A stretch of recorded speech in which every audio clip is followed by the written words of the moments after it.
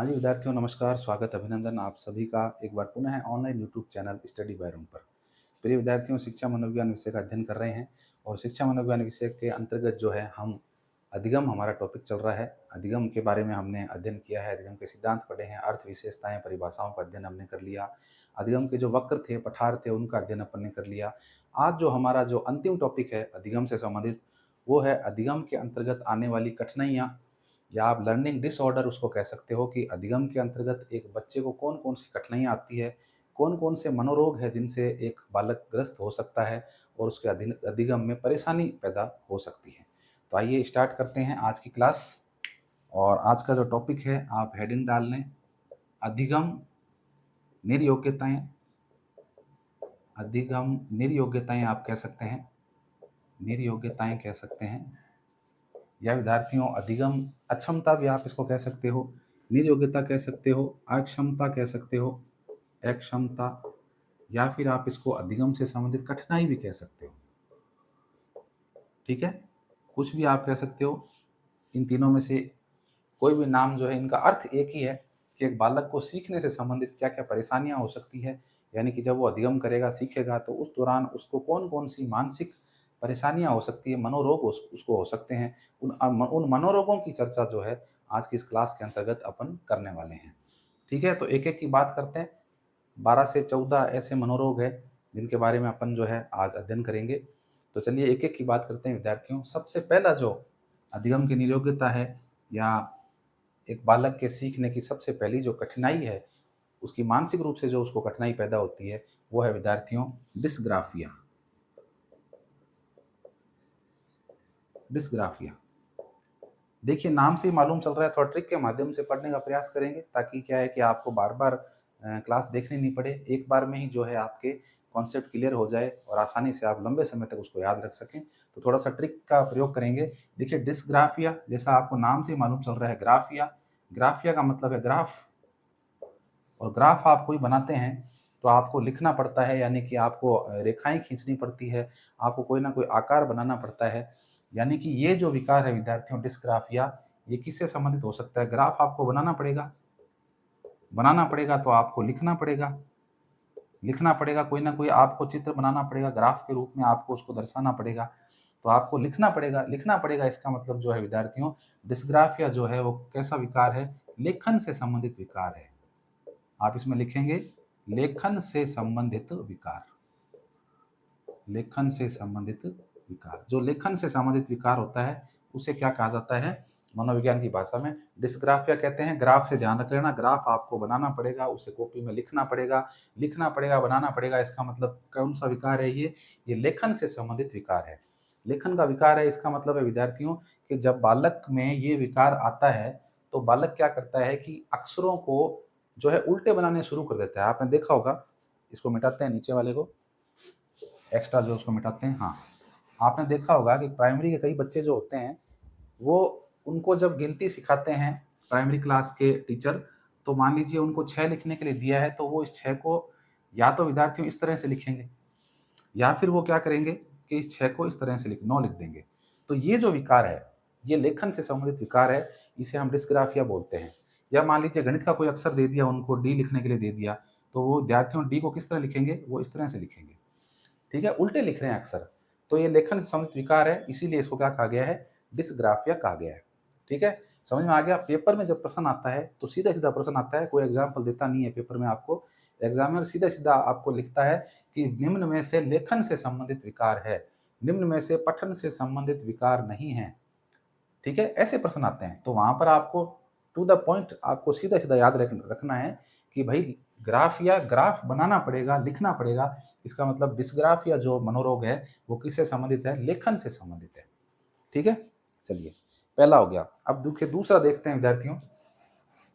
अधिगम से संबंधित दूसरी जो निर्योग्यता है, उसका अपन ज़िक्र कर रहे हैं और वो है विद्यार्थियों, दूसरी निर्योग्यता है डिसलेक्सिया। Dyslexia, dyslexia, dyslexia. देखो डिसलेक्सिया को याद कैसे रखेंगे? ये भी एक मनोरोग है, ये भी एक मनोविकार है बालक का। इसके माध्यम से बालक जो है सीख नहीं पाता है। तो डिसलेक्सिया में देखिए आप याद रखेंगे डिसलाइक करना। डिसलेक्सिया का मतलब है डिसलाइक करना, डिसलाइक करना, नापसंद करना। बच्चे किसको, डिस आते ही आपको ध्यान आना चाहिए, डिसलेक्सिया यानी कि डिसलाइक कर रहा है। डिसलेक्सिया यानी डिसलाइक कर रहा है बच्चा। किसको डिसलाइक करता है? बच्चा किसको डिसलाइक करता है भाई? बच्चा पढ़ने को डिसलाइक करता है, उसको पढ़ना नहीं है। पठन से संबंधित विकार है ये, यानी कि पढ़ाई का मत कहो बच्चे को।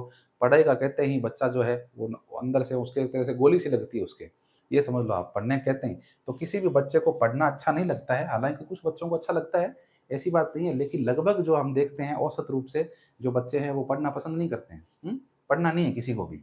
आप भी क्यों पढ़ रहे हैं? आप भी इसलिए पढ़ रहे हैं क्योंकि आपको आवश्यकता है ना? हल के पुनर्बलन का सिद्धांत, आवश्यकता का सिद्धांत जिसने कहा है ना? आपको आवश्यकता इसलिए आप पढ़ रहे हैं, तो पढ़ना पसंद नहीं है। आप थोड़ा इस तरह से इमेजिनेशन करके याद रखने के लिए कर रहे हैं अपन, इसके अलावा अन्यथा मत लेना आप इस चीज को, ठीक है? तो डिसलेक्सिया डिसलाइक करता है बच्चा, किसको डिसलाइक करता है भाई? पठन को। पठन को जो है ये टिक समझ ले आप इसको एक तरह से, कि डिसलेक्सिया यानी डिसलाइक करता है बच्चा, किसको? पठन को।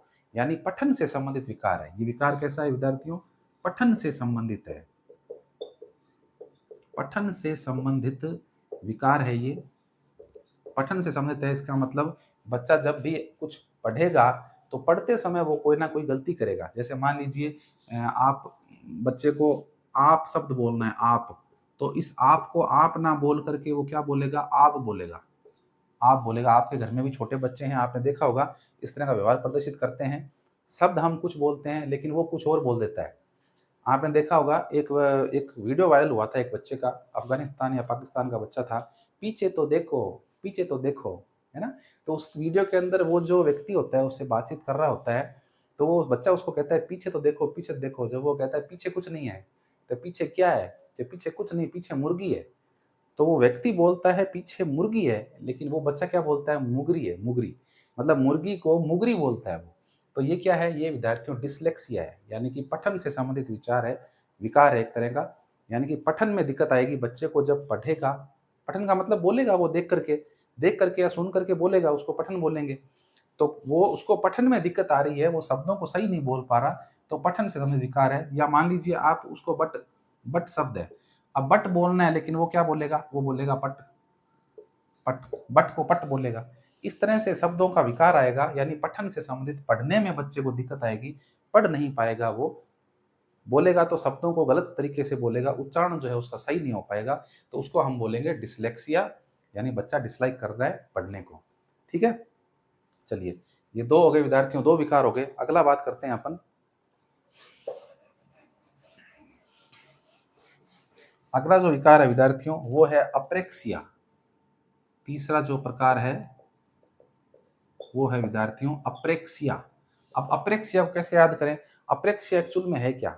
अप्रेक्सिया का मतलब है कि बालक जो है वो गामक कौशल जो है बालक के, गामक कौशल का मतलब है चलना, दौड़ना, लिखना, है ना? ये सारे के सारे गामक कौशल है, यानी गति से संबंधित है बालक के। तो इसमें जो विकार प्रदर्शित कर रहा है बालक, उसको हम बोलते हैं अप्रेक्सिया। अप्रेक्सिया का मतलब है प्रेक्सिया। प्रेक्सिया मतलब प्रैक्टिस नहीं की, बच्चे ने क्या नहीं की? प्रैक्टिस नहीं की। अब प्रैक्टिस नहीं की है बच्चे ने, तो फिर उसको इस विकार से जूझना पड़ेगा। कौन सा विकार है ये? अप्रेक्सिया विकार है। यानी कि ये कैसा विकार है विद्यार्थियों? इसमें चलना, चलना, लिखना, ठीक है, ये सारी चीजों में बच्चे को क्या होती है? चलने में, लिखने में क्या होती है? दिक्कत होती है, दिक्कत होती है। इसीलिए जो है इस विकार को क्या कह दिया गया है? अप्रेक्सिया कह दिया गया है। यानी कि बच्चे ने क्या नहीं की है? प्रैक्टिस नहीं की है विद्यार्थियों। लिखने की भी प्रैक्टिस करनी पड़ती है। इसको हम गामक कौशल भी बोल सकते हैं विद्यार्थियों, गामक कौशल।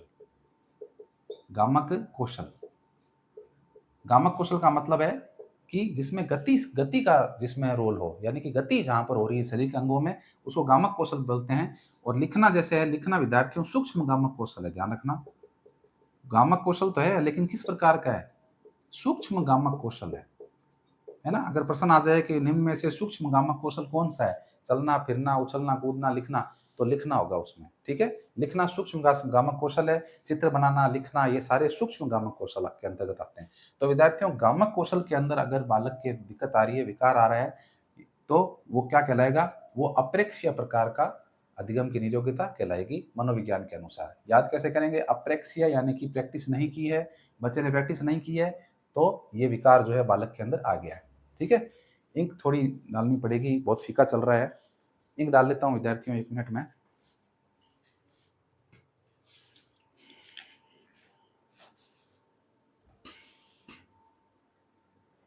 हाँ जी, अब जो है विद्यार्थियों अपेक्सिया अपना हो गया है, जो कि सूक्ष्म गामक कौशल से लिखने, पढ़ने, लिखने, चलने और इससे संबंधित है, यानी गामक कौशल गति से संबंधित जो कौशल है उसमें बच्चे को दिक्कत आ रही है, तो कौन-सा मनोविकार होगा? अप्रेक्सिया होगा। अब चलते हैं आगे अपन, चौथा प्रकार पढ़ते हैं अपन, और चौथी जो अधिगम की विद्यार्थियों निरोग्यता है, वो है आपके, चौथी अधिगम की निरोग्यता जो है विद्यार्थियों, वो है डिस्कैलकुलिया। डिस्कैलकुलिया, देखो नाम से ही पता चल रहा है डिस्कैलकुलिया। डिस्कैलकुलिया का मतलब है कि कैलकुलेशन में उसको दिक्कत आ रही है बच्चे को। कैलकुलेशन किसमें दिक्कत आ रही है? कैलकुलेशन में दिक्कत आ रही है। कैलकुलेशन में परेशानी। कैलकुलेशन में का मतलब है जोड़ घटा गुणा भाग। जब बालक करता है तो उसको परेशानी आती है, उसको जो है जोड़ में, घटा में, गुणा में, या गणितीय विकार है ये विद्यार्थियों। ये विकार कैसा है? गणितीय विकार है, यानी गणित से संबंधित विकार है। गणित में जोड़ घटा गुणा भाग है, जितनी भी वो संक्रियाएं करता है, उन संक्रियाओं में जो है उसको क्या आती है? प्रॉब्लम आती है। इसीलिए इसको जो है डिस्कैलकुलिया कह दिया गया है। तो ये तो इजीली याद रह जाएगा, कैलकुलिया शब्द आ गया। कैलकुलेटर, कैलकुलेटर से आप क्या करते हैं? जोड़ घटा गुणा भाग करते हैं, गणितीय संक्रियाएं आप करते हैं, हल करते हैं सवालों को। तो डिस्कैलकुलिया यानी गणितीय विकार। चलिए अगला बात करते हैं विद्यार्थियों, 5वें नंबर का जो अपना विकार है, और वो है विद्यार्थियों एडीएचडी। ADHD, ADHD. अब देखिए एडीएचडी क्या है विद्यार्थियों? एडीएचडी जो है विद्यार्थियों, वो एक तरह से बालक के अटेंशन के ऊपर निर्भर करता है। अटेंशन का मतलब है कि एक बच्चा अवधान केंद्रित नहीं कर पाता है। अवधान का मतलब ध्यान ही होता है, ठीक है? यानी कि अपने ध्यान को एक जगह केंद्रित नहीं कर पाता है, वो विचलन की अवस्था में रहता है। उसकी मानसिक स्थिति इस प्रकार की रहती है कि वो उसके विचलन रहती है। आप उसको कोई भी बात कहेंगे तो पहली बात तो वो आपकी बात को समझ नहीं पाएगा, और दूसरा अगर समझ भी गया है तो कुछ देर में उसको भूल जाएगा, क्योंकि उसके मस्तिष्क के अंदर और अन्य विचार चलते रहते हैं, है ना? तो बड़ी असमंजस की स्थिति है ये एडीएचडी। इसका पूरा नाम लिख लेते हैं। पूरा नाम है विद्यार्थियों अटेंशन डेफिसिट। अटेंशन, पूरा नाम लिख लेते हैं इसका, attention deficit, attention deficit hyper activity, hyper activity disorder, hyper activity disorder,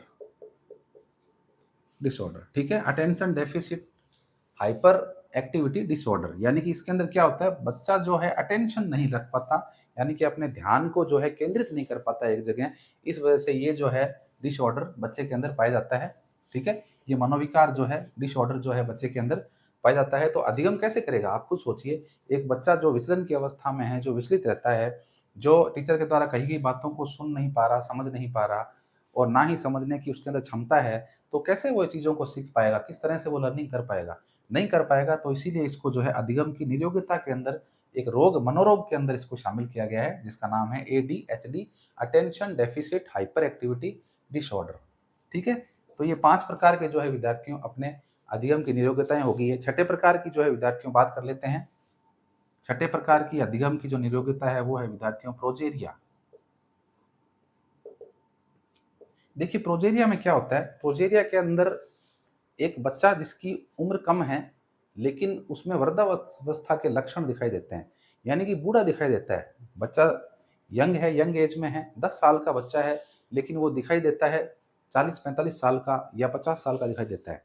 इस तरह की जो अवस्था है उसको हम कहते हैं प्रोजेरिया। आपने एक फ़िल्म देखी होगी अमिताभ बच्चन की और अभिषेक बच्चन की, पा। पा नाम से एक मूवी आई थी, उसके अंदर वो जो बच्चा होता है, अमिताभ बच्चन जो है वो बच्चा बनता है जिसको ये बीमारी होती है प्रोजेरिया नाम की, और अभिषेक बच्चन जो है वो उस बच्चे का पापा बनता है।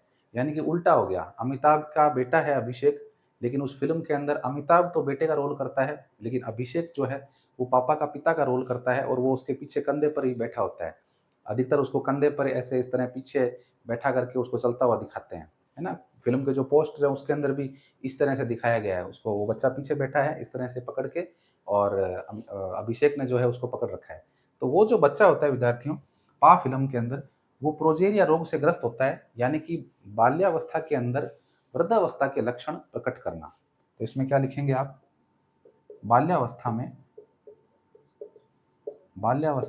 वृद्धावस्था के लक्षण,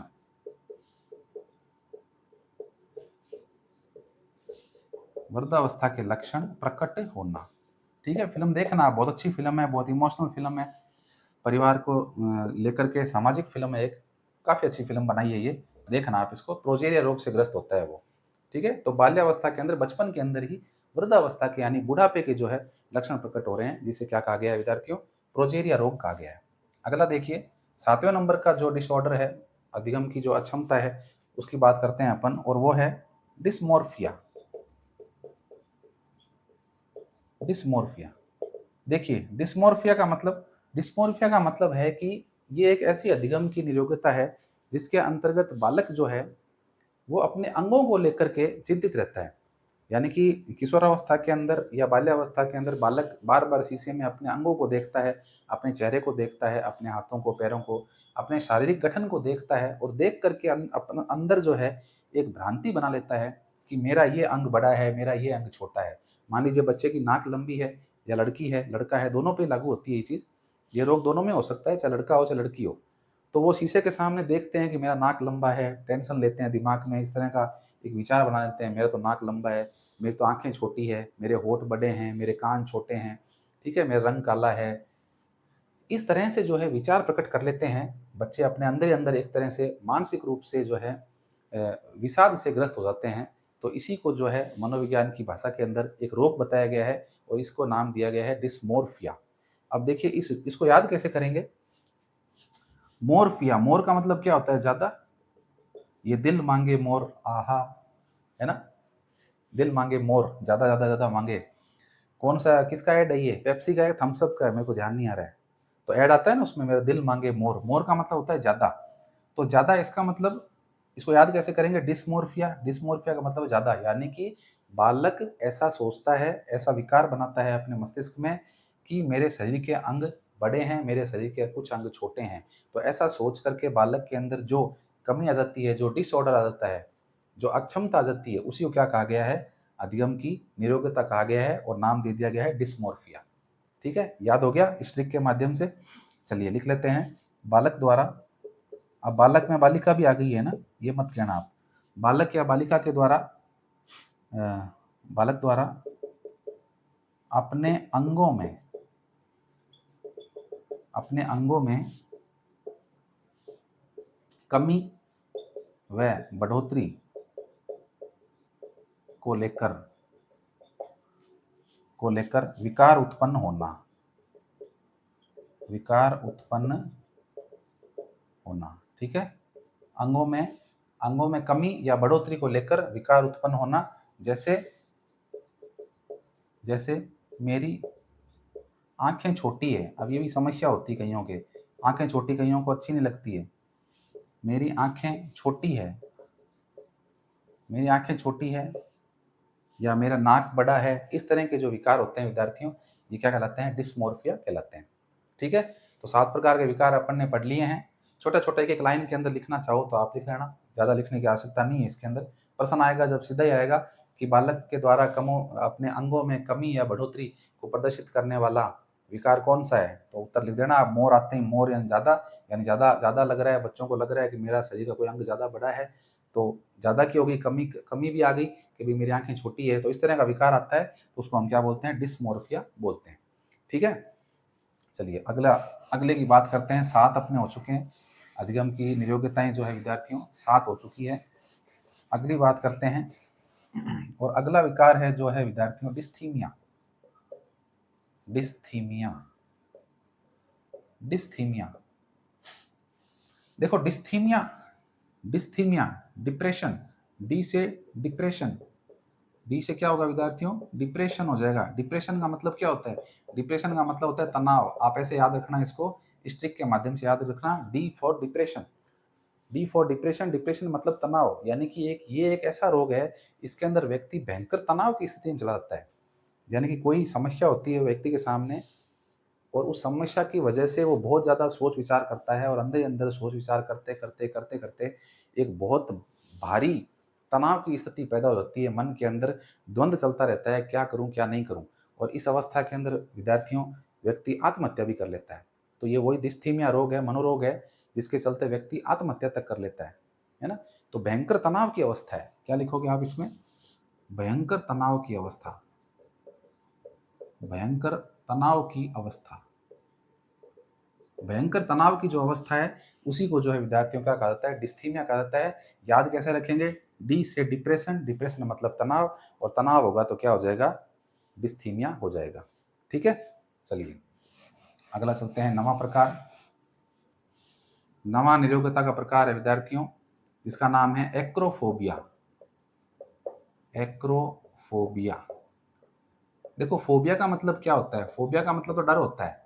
अलग अलग प्रकार के डर होते हैं। किसी को पानी से डर लगता है, किसी को ऊंचाई से डर लगता है, किसी को अंधेरे से डर लगता है, ठीक है ना? अलग अलग प्रकार के डर होते हैं। तो फोबिया का मतलब डर है, और यहाँ पर बात हो रही है एक्रोफोबिया की। एक्रोफोबिया का मतलब है कि व्यक्ति को ऊंचाई से डर लगता है। जब व्यक्ति बहुत ऊंचाई पे खड़ा होता है तो नीचे जब वो देखता है तो उसको बहुत डर लगता है ना? तो इसी को हम एक्रोफोबिया बोलते हैं। ठीक है, तो हम यहाँ क्या लिखेंगे? ऊंचाई से डर। ऊंचाई से डर लगना। ऊंचाई से डर लगना क्या कहलाता है आपके?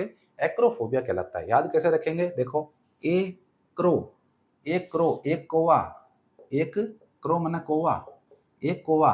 कौवा कहाँ बैठता है? कौवा ऊंचाई पर बैठता है, बहुत होशियार प्राणी है कौवा। कहीं भी आंधी तूफान आते हैं तो आप देखना, अधिकतर आपको जो पक्षी मरे हुए मिलेंगे उसमें तोते मिलेंगे, आपको चिड़िया मिलेगी, कबूतर मिलेंगे, ठीक है, कमेडी मिलेगी। ये पक्षी आपको मरे हुए मिलेंगे नीचे गिरे हुए तूफान के अंदर, लेकिन कौवे नहीं मिलेंगे आपको। क्यों? क्योंकि कौवा बहुत होशियार होता है इस मामले में। ठीक है, तो ऐसे याद रखना कि कौवा बहुत होशियार होता है, चतुर प्राणी है कौवा। और कौवा कहाँ बैठता है? ऊंचाई पर बैठता है। एक कौवा, एक क्रो, एक क्रो, एक कौवा। कौवा कहाँ बैठता है? ऊंचाई पे बैठता है। तो ऊंचाई पे बैठता है विद्यार्थियों, तो ऐसे ध्यान रख लेना कि एक्रोफोबिया जो है वो किससे संबंधित आपके फोबिया है? ऊंचाई से संबंधित फोबिया है, यानी कि ऊंचाई से व्यक्ति को डर लगता है। तो ये भी अधिगम की किस्म आता है, निरोगता के अंतर्गत आता है।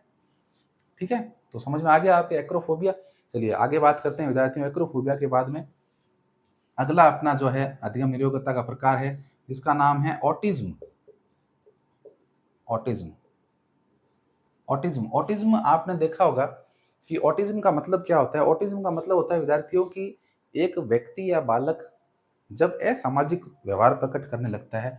असामाजिक व्यवहार का मतलब है कि घर ही घर में रहना, किसी से बात नहीं करना, समूह में जाने से डरना, घर में कोई आ गया तो छुप जाना। इस प्रकार के जब व्यवहार को व्यक्ति प्रदर्शित करता है तो उसको हम ऑटिज्म बोलते हैं। ठीक है, और ऑटिज्म इसको हिंदी में बोलें तो हम स्वलीनता बोलते हैं। स्वलीनता। स्वलीनता कहा जाता है, यानी कि स्वयं में ही लीन रहता है। व्यक्ति किस में लीन रहता है? स्वयं में लीन रहता है, यानी स्वयं में ही खोया रहता है, उसको औरों से कोई मतलब नहीं होता है। तो इसी को ऑटिज्म बोलते हैं। तो ऑटिज्म के अंतर्गत देखिए, अगर हिंदी सिनेमा की बात करें तो एक एक सीरियल चलता था आज से शायद 10 साल पहले, आपकी अंतरा ऐसे नाम से एक सीरियल आता था, आपकी अंतरा नाम से। उसमें एक लड़की होती है गोलू मोलू सी, छोटी सी क्यूट सी। वो जो है लड़की इस रोग से ग्रस्त होती है, ऑटिज्म से, और उसकी मदर नहीं होती, उसके फादर होते हैं, तो वो उसको संभालते हैं। तो उसके उस लड़की के इस रवैये की वजह से जो है वो बड़े परेशान होते हैं, दुखी होते हैं, तो उसको एक स्कूल में डालते हैं जहाँ पर ऑटिज्म से ग्रस्त बच्चे रहते हैं। फिर वहाँ पर भी वो लड़की लड़ाई झगड़ा करती है, वो स्कूल वाले उसको समझ नहीं पाते हैं। काफ़ी ऐसे करके स्टोरी है पूरी इस लड़की की। देखना आप, मेरी अंतरा, आपकी अंतरा नाम से वो सीरियल चलता था, जी टीवी पे आता था वो सीरियल। तो उस लड़की को ऑटिज्म का रोग था। ऑटिज्म वाले जो बच्चे होते हैं वो अपने अंदर ही खोए रहते हैं। उसके अलावा देखिए, आपने एक तारे ज़मीन पर फ़िल्म आई थी, मूवी आई थी आमिर खान की।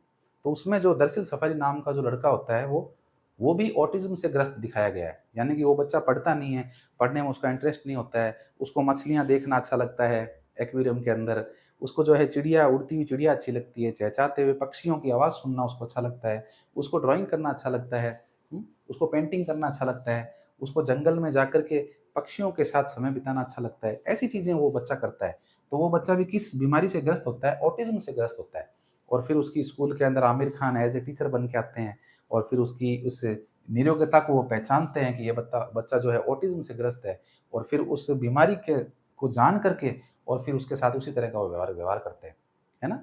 तो वो फ़िल्म आपने देखी होगी तारे ज़मीन पर, काफ़ी अच्छी मूवी है वो भी। तो ये ऑटिज़्म एक रोग है, जिसको आप समझ गए होंगे कि इसमें क्या होता है, बालक अपने अंदर खोया रहता है, ठीक है? ये भी एक अधिगम की निरोगता है, अपने अंदर खोया रहेगा, सामाजिक नहीं होगा, तो फिर वो किस तरह से अधिगम कर पाएगा, सोशल कैसे हो पाएगा, ठीक है ना? तो ऑटिज़्म क्या है? स्वयलीनता, जो कि एक रोग है, आपके मनोरोग के अंतर्गत आता है। चलिए, आगे बात करते हैं विद्यार्थियों, अगला रोग है हिस्टीरिया। हिस्टीरिया, इसको हिंदी में विद्यार्थियों पक्षाघात बोलते हैं। पक्षाघात बोलते हैं या फिर दौरे पड़ना भी कह सकते हैं। दौरे पड़ना, मिर्गी के दौरे पड़ते हैं ना, तो उसको हिस्टीरिया बोलते हैं। मिर्गी अपन हिंदी में बोल देते हैं, लेकिन अंग्रेजी में बोलें तो या मनोविज्ञान की भाषा में बोलें उसको हिस्टीरिया कहते हैं, ठीक है? तो इसके अंदर व्यक्ति जो है अचानक से बेहोश हो जाता है, बेहोश होकर के मुँह में से उसके थूक निकलने लगता है, लार निकलने लगती है ना? बेहोश हो जाता है, तो इस रोग के अंतर्गत भी व्यक्ति क्या है, उसका अधिगम प्रभावित होता है, वो सीख नहीं पाता है ना? तो ऐसे भी बच्चे देखे जाते हैं जो हिस्टीरिया रोग से ग्रसित होते हैं। हालाँकि इलाज है आजकल सब चीज़ों का, तो इलाज करवाना चाहिए, चाहे आयुर्वेदिक इलाज करवाएँ, चाहे एलोपैथी करवाएँ, डॉक्टरी परामर्श लेना ज़रूरी है, ताकि वो बच्चे जो है इस रोग से उबर पाएँ और अगर पूरी तरह से ठीक ना हो, तो कम से कम उसको कंट्रोल में कर पाएँ, ठीक है? तो ये भी एक जो है मनोरोग है जिसका नाम है विद्यार्थियों हिस्टीरिया। चलिए आगे बात करते हैं और अगला अपना जो मनोरोग है विद्यार्थियों वो है बुलिमिया नर्वोसा। Bulimia nervosa. देखिए नाम से मालूम चल रहा है बुलिमिया, अच्छा मैं लिख दिया क्या, sorry, bulimia. Bulimia nervosa, bulimia nervosa जो रोग है विद्यार्थियों, वो एक ऐसा रोग है, इसके अंदर बालक या व्यक्ति भोजन इतना ज़्यादा ग्रहण करता है कि उसको खुद को ही पता नहीं चलता कि वो कितना खा रहा है ना? यानी कि ये एक भोजन से संबंधित विकार है। ये कैसा विकार है? भोजन से संबंधित विकार है। भोजन से संबंधित विकार है, ठीक है? तो ये एक ऐसा विकार है विद्यार्थियों जो भोजन से संबंधित है, यानी कि बालक जो है खूब सारा खाना खा लेता है, उसे मालूम भी नहीं चलता और बाद में फिर घर आकर के वो बालक उल्टियाँ करता है, ठीक है? या घर में ही ज़्यादा भोजन खा लेता है, उठा-उठा के उठाना पड़ता है, मतलब बच्चे को खा रहा है तो खड़ा करना पड़ता है, खड़ा हो जा, खाना हो गया तेरा, तूने 2 4 रोटी खा ली बस बहुत है, खड़ा हो जा, ऐसा करना पड़ता है। तो ये रोग क्या कहलाता है? बुलिमिया नर्वोसा कहलाता है, यानी भोजन से संबंधित विकार है। बालक को या व्यक्ति को मालूम ही नहीं चलता कि उसने कितना खाना खा लिया है, ठीक है? याद कैसे करेंगे? बुल माने क्या होता है भई? बैल। बैल को बुल कहते हैं। तो बैल की तरह खाना खा लिया, यानी बैल की तरह ट्रिक है ये, बैल की तरह खाना खाता है। बैल की तरह खाना खाता है यानी कि एक पशु की तरह आप ये समझ लीजिए। बुल एक क्या है? बुल यानी बैल, बैल क्या है? एक पशु है, यानी कि पशु की तरह व्यक्ति खाना खा रहा है, उसे पता ही नहीं चल रहा है कि उसने कितना खाना खा लिया, ठीक है? तो ये जो मनोरोग है विद्यार्थियों, इसका नाम है आपके बुलिमिया नर्वोसा। चलिए, ठीक है? 12 हो गए हैं आपके अधिगम निरोगताएँ। अब अपन चलते हैं आगे। आगे अधिगम की 1-2 और निरोगताएँ हैं, वो और पढ़ लेते हैं विद्यार्थियों। अगली अपनी अधिगम निरोगता है जिसका नाम है, 12 हो गई ना, 13वीं। हाँ, 13वीं अधिगम निरोगता का नाम है anorexia nervosa. Anorexia nervosa. Anorexia nervosa. देखिए बुलिमिया नर्वोसा आपको समझ में आ गई। अब आप इसको समझना एनोरेक्सिया नर्वोसा। एनोरेक्सिया नर्वोसा जो है विद्यार्थियों, वो देखा जाए तो बालिकाओं में पाई जाती है। ये एक इस तरह का मनोरोग है जो बालिकाओं में पाया जाता है और बालिकाओं में मुख्य रूप से अपने शरीर को लेकर के कई तरह की भ्रांतियाँ होती हैं उनके अंदर। यानी कि वो चाहती है कि मैं पतली हो जाऊँ, मैं मोटी ना हो जाऊँ, मोटी हो जाऊँगी तो मैं भद्दी दिखूँगी, मैं औरों के बीच में खराब दिखूँगी, इसलिए वो पतला होना चाहती है ना? तो इस प्रकार का रोग एक मनोरोग हो जाता है बालिकाओं के अंदर, ये मुख्य रूप से बालिकाओं में पाया जाता है, ठीक है? मुख्य रूप से बालिकाओं में या फिर महिलाओं में पाया जाता है ये। और ये जो रोग है विद्यार्थियों, मनोरोग है, ये रोग एक तरह से सामाजिक रूप से पाया जाता है। सामाजिक मतलब समाज को देख करके, आस-पास के माहौल को देख करके जो है बालिकाएँ और महिलाएँ इस मनोरोग को पाल लेती है, यानी कि भोजन करना छोड़ देती है, उपवास करना शुरू कर देती है, भोजन कम कर खाना शुरू कर देती है, ताकि किसी भी तरह से शरीर की चर्बी कम हो जाए, मोटापा कम हो जाए और अगर हमें सुंदर दिखना है, तो हमें शरीर कैसा होना चाहिए? हमारा पतला होना चाहिए। इस तरह के विचार, भाव जो है बालिकाओं के मन में आ जाते हैं।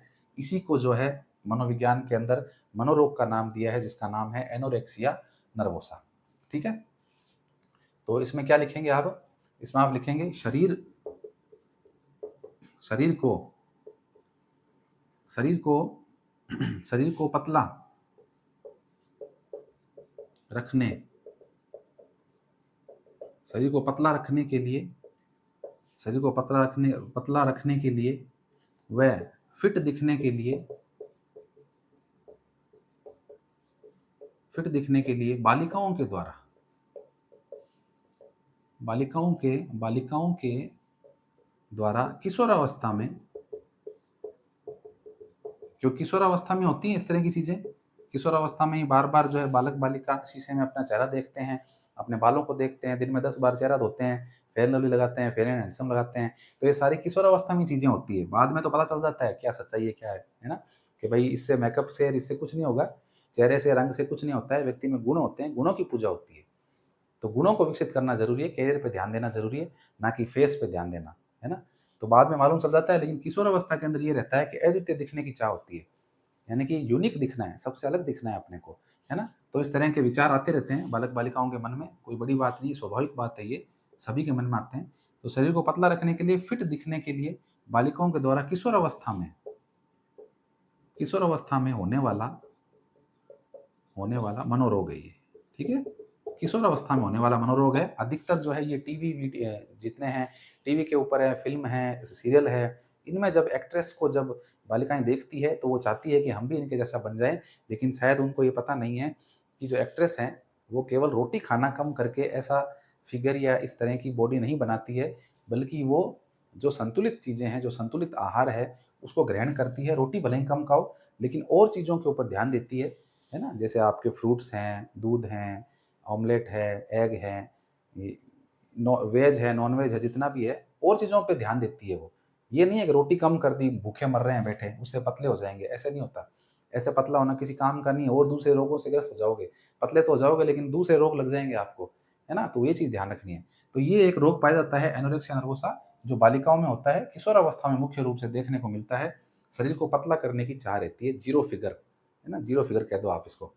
चलिए याद कैसे रखेंगे, एनोरेक्सिया। एनोरेक्सिया आप देखिए, मान लीजिए ये दो बालिकाएं हैं, याद ऐसे करना आप कि ये दो बालिकाएं हैं, और ये दोनों बालिकाएं जो है आपके एनोरेक्सिया नर्वोसा से ग्रस्त है, यानी कि इनको मोटा नहीं होना है, मोटा नहीं होना है इनको। तो देखिए ये एक जो बालिका है ये भोजन करना चाहती है, ये जो है भोजन लेके आई है कॉलेज के अंदर, टिफिन लेके आई है, ये वाली टिफिन नहीं लेके आई है ना, ये वाली टिफिन लेके आई है। तो ये टिफिन खाना चाहती है। ये जब टिफिन खाना चाहती है, भोजन करना चाहती है, तो ये दूसरी वाली फटाक से बोलती है, क्या बोलती है, ए रुक रुक रुक, क्या कर रही है, रुक, no no no no no no no no no no, खाना नहीं खाना है तेरे को, भोजन नहीं करना है। कल क्या बात हुई थी अपनी कि अपन खाना नहीं खाएंगे, अपने को स्लिम फिट दिखना है, जीरो फिगर करना है अपने को, है ना। तो नो नो नो, रेक्सिया, रेक्सिया मतलब रिस्क है, रिस्क, रिस्क बन जाएगा, रिस्क पैदा हो जाएगा। कैसा रिस्क, मोटा होने का, मोटा होने का रिस्क जो है हो जाएगा। तो इसलिए जो है तू भोजन मत कर, खाना मत खा, ये कह रही है। किसको कह रही है, इसको कह रही है ये बात, ठीक है, अपनी सहेली को कह रही है। No no no no no, खाना मत खा, खाना मत खा। रेक्सिया, रेक्सिया रिएक्शन हो जाएगा, यानी कि रिस्क है इस काम में। रिएक्शन कह दो चाहे रिस्क कह दो, एक ही बात है, आपको याद करना है, किसी तरह से याद हो जाए, है ना। रेक्सिया यानी कि रिएक्शन हो जाएगा, अगर तू खाना खाएगी तो कैसी हो जाएगी, मोटी हो जाएगी। तो इस तरह से बालिकाओं के अंदर पाए जाने वाला विकार है, इसका नाम है विद्यार्थियों एनोरेक्सिया नर्वोसा, ठीक है। 13 प्रकार के विकार हो गए। अब चलते हैं अपन आगे की तरफ, और अगला अपना जो विकार है विद्यार्थियों, अधिगम से संबंधित जो निरोग्यता है, जो डिसऑर्डर है, उसकी अपन बात कर लेते हैं। हाँ, 14 अगला है विद्यार्थियों, 13 हुए थे, 14 अगला जो है विद्यार्थियों विकार, उसका नाम है अफेजिया।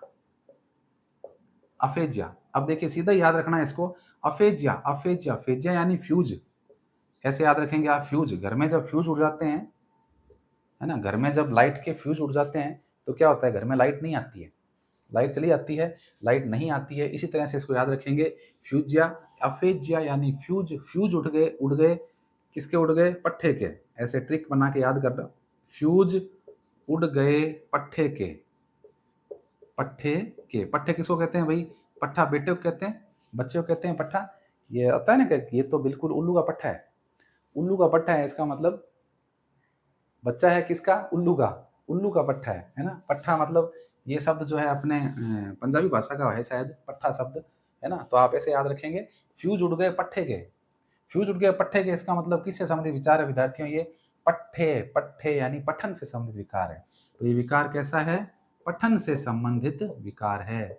पठन से संबंधित विकार। ये लो, सीधा सीधा प्रश्न आता है कि पठन से संबंधित विकार निम्न में से है ना?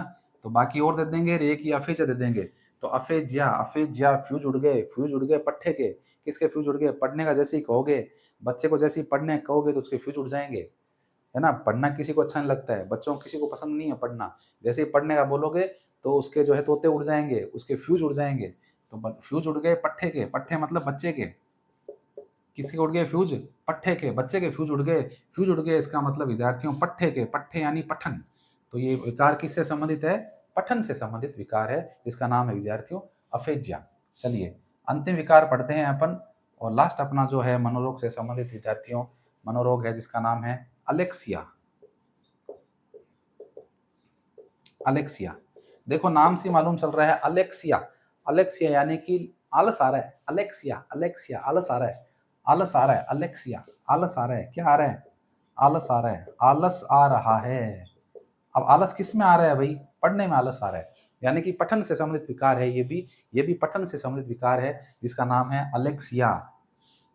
पठन से संबंधित सॉरी, पठन से संबंधित विकार है, पठन से संबंधित विकार है विद्यार्थियों, जिसका नाम है अलेक्सिया। याद कैसे रखेंगे? अलेक्सिया, बार बार बोलेंगे अलेक्सिया। आलस आ रहा है, आलस आ रहा है। किस में आलस आ रहा है भाई? आलस किस में आता है? पढ़ने में आलस आता है, पढ़ने में बहुत आलस आता है।